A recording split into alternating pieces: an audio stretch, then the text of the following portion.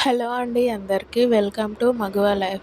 ఈరోజు వీడియో వచ్చేసి ఆనియన్ వడ అంటారు, అలాగే ఆనియన్ పకోడా అంటారు. ఈ ఆనియన్ వడ ఎంతో టేస్టీగా ఉంటుంది అండ్ ఎక్కువగా హడావిడి లేకుండా సింపుల్ అండ్ టేస్టీగా ఉంటుంది. మీరు కూడా ఒకసారి దీన్ని ట్రై చేయండి.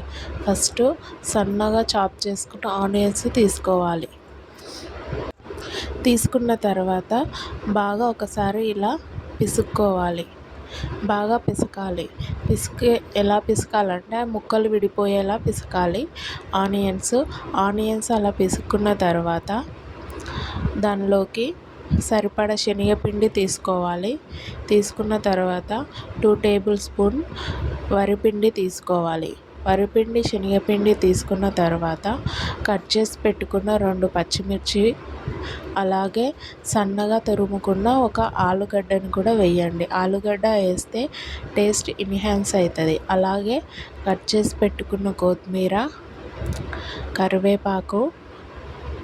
కరివేపాకును కూడా వేసుకోవాలి. వేసుకున్న తర్వాత 1/2 టేబుల్ స్పూన్ అల్లం వెల్లుల్లి పేస్టు, టేస్ట్కి తగ్గ సాల్టు, జీలకర్ర, వామును వేసుకోవాలి. వేసుకున్న తర్వాత చిటికెడు వంట సోడాను కూడా వేసుకోవాలి. ఈ పకోడీలో టేస్ట్ ఇంక్రీజ్ కావడానికి నేను సోంపును కూడా వేస్తున్నాను. సోంపు వేయండి, టేస్ట్ చాలా బాగుంటుంది సోంపు వేయడం వల్ల. అలాగే కారం కూడా వేసుకోండి. కారం కూడా వేసుకున్న తర్వాత వాటర్ ఏమీ వేయకుండా ఒకసారి బాగా కలుపుకోవాలి. వీడియోలో చూపిస్తున్నట్టు ఒకసారి బాగా కలుపుకోవాలి. ఇలా ఆనియన్స్ నుంచి వాటర్ రిలీజ్ అయ్యేలా బాగా కలుపుకోవాలి. ఇలా కలుపుకున్న తర్వాత కాసన్ని నీళ్లు చిలకరిస్తూ కలుపుకోవాలి. ఇలా నీళ్లు చిలకరిస్తూ మరోసారి కలుపుకోవాలి. ఇలా మనకు సరిపడా కన్సిస్టెన్సీ రావడానికి ఇలా నీళ్లు చిలకరిస్తూ కలుపుకోవాలి. ఇలా నీళ్లు మధ్యలో చిలకరిస్తూ బాగా కలుపుకోవాలి. ఇలా కలుపుకోవడం వల్ల మనకు పకోడీకి కరెక్టుగా వేసుకోవడానికి ఈ పిండి సిద్ధమవుతుంది. ఇలా బాగా కలుపుకున్న తర్వాత వీడియోలో చూపిస్తున్నట్టు పిండి ఇలా రెడీ అవుతుంది. ఇలా తీసుకున్న పిండిని స్టవ్ పై ప్యాన్ పెట్టుకొని తగినంత ఆయిల్ వేసుకొని, ఆయిల్ హీట్ అయ్యాక ఇలా వీడియోలో చూపిస్తున్నట్టు చిన్నగా వడల్లాగా ఆనియన్ పకోడాను వేసుకోవాలి. పకోడానన్నా అనండి, వడనన్నా అనండి, కానీ టేస్ట్ మట్టు చాలా బాగుంటుంది. ఇట్లా చిన్న వడల్లాగా వేసుకోవాలి. మీడియం ఫ్లేమ్లో పెట్టి వేసుకోవాలి. హై ఫ్లేమ్లో పెడితే మాడిపోతాయి, త్వరగా ఉడుకుతాయి. దానివల్ల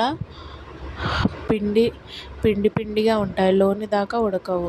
ఇలా లో ఫ్లేమ్లో పెట్టుకొని ఉడికించుకోవాలి. ఇలా బాగా టర్న్ చేసుకుంటూ బాగా కలుపుకుంటూ ఫ్రై చేసుకోవాలి. ఇలా బాగా ఫ్రై చేసుకున్న తర్వాత పక్కకు తీసుకోవాలి. తీసుకున్న తర్వాత మరోసారి ఇలా వేసుకోవాలి. ఇలానన్నా వేసుకోండి, మీరు పకోడీ లాగానన్నా వేసుకోవచ్చు. ఒకే షేప్లో కాకుండా నచ్చిన షేప్లో కూడా ఇలా వేసుకోవాలి. కాకపోతే లో ఫ్లేమ్లో ఫ్రై చేసుకోవాలి. దీన్ని టేస్ట్ మట్టుకు చాలా బాగుంటుంది. ఇలా బాగా ఫ్రై చేసుకోవాలి. ఇలా బాగా ఫ్రై చేసుకున్న వాటికి కెచప్లో కానీ సాస్లో కానీ తింటే చాలా టేస్టీగా ఉంటుంది. మీకు నా వీడియోలు నచ్చితే సబ్స్క్రైబ్ చేసుకోండి, ఒక చిన్న లైక్ చేయండి.